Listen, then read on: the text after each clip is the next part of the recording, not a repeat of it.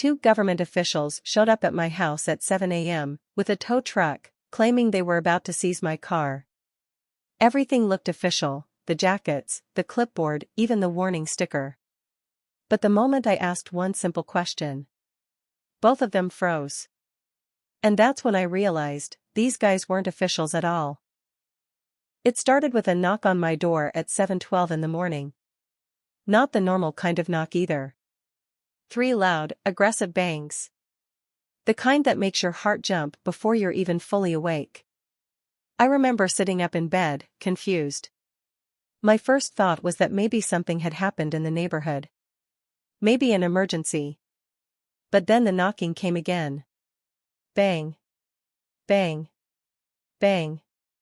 Open the door. A man's voice. Sharp. Authoritative. For a second I just froze. I live alone, and when someone starts pounding on your door like that before sunrise, your brain immediately starts racing through worst-case scenarios. I grabbed my phone and walked toward the front window. That's when I saw them. 2 men standing in my driveway. Both wearing dark jackets. Both standing next to my car. And one of them was already taking pictures of it. My stomach dropped. Because behind them, parked halfway across my driveway, was a tow truck. At that moment I knew something was very wrong. I hadn't missed any payments. My car was fully paid off. No tickets. No legal issues. No repossession. So why was a tow truck sitting outside my house at 7 in the morning? I stayed behind the curtain and kept watching.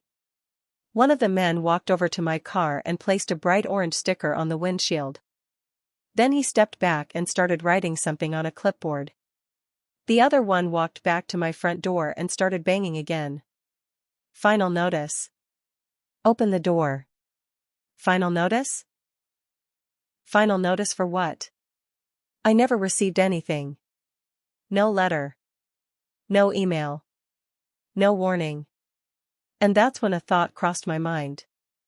A very specific thought. This had something to do with the HOA. And if you've never dealt with an HOA before, consider yourself lucky. Because the HOA in my neighborhood had been making my life miserable for months. It started with small things. Petty things. Things that no normal person would care about. Apparently my mailbox was the wrong shade of black. Then it was the length of my grass. Then they complained that my trash can was visible from the street. Every week it was something new. At first I played along. Paid the small fines.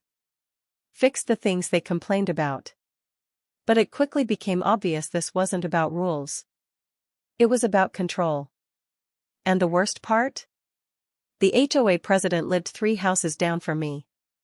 His name was Richard Halvorson. And from the moment I moved in, it felt like he had decided I didn't belong here. Every time he saw me he had that same fake smile. The kind that doesn't reach the eyes. Just trying to keep the neighborhood standards high, he'd say. But what he really meant was, do things my way. Or I'll make your life difficult. At first it was annoying. Then it started getting weird.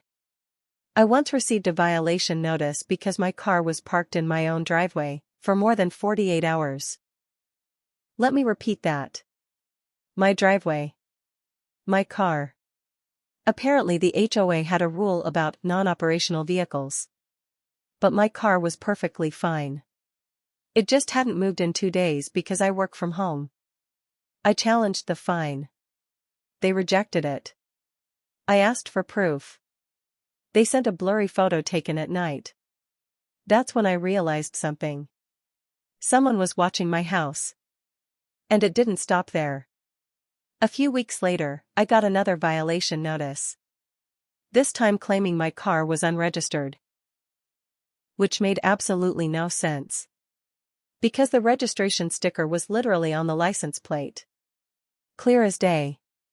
I emailed the HOA office with pictures proving it. No response.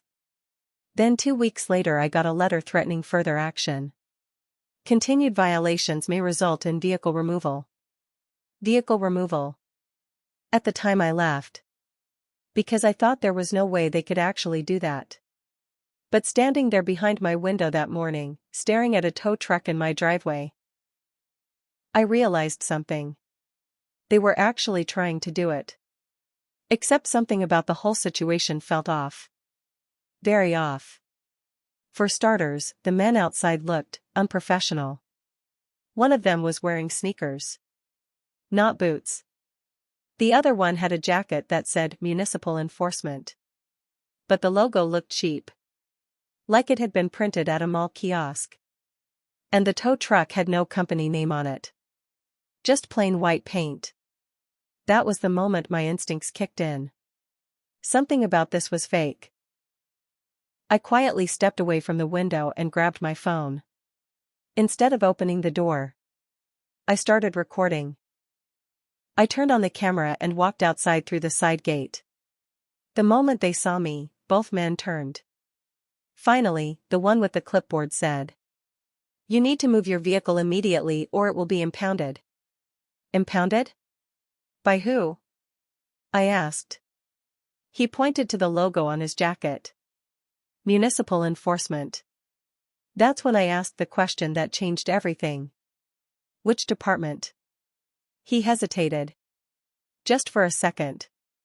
But that second was enough. County enforcement, he said.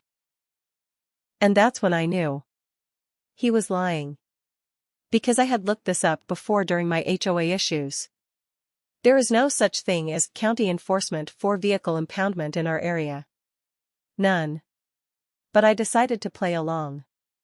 "Oh," I said calmly. "Can I see your ID?" Both men looked at each other. And suddenly the confidence they had 5 seconds earlier was gone. The clipboard guy shifted his weight. "We don't need to show ID." "Yes you do," I replied. "No we don't." That's when the tow truck driver spoke for the first time. "Look lady, we're just here to tow the car." And that's when I asked the most important question of all. "Who hired you?" Silence. Real silence. The kind where nobody wants to be the one to answer. Then the clipboard guy finally said it. "The HOA." And at that exact moment, my phone buzzed in my hand. A text message. From an unknown number. It said only 6 words. "You should have followed the rules." I looked up. And across the street, standing on the sidewalk with his arms crossed, watching everything unfold, was Richard, the HOA president. Smiling. Like he had just won something. But what Richard didn't know, what none of them knew, was that the entire conversation was being recorded. And the moment those fake officials realized that, everything started to fall apart.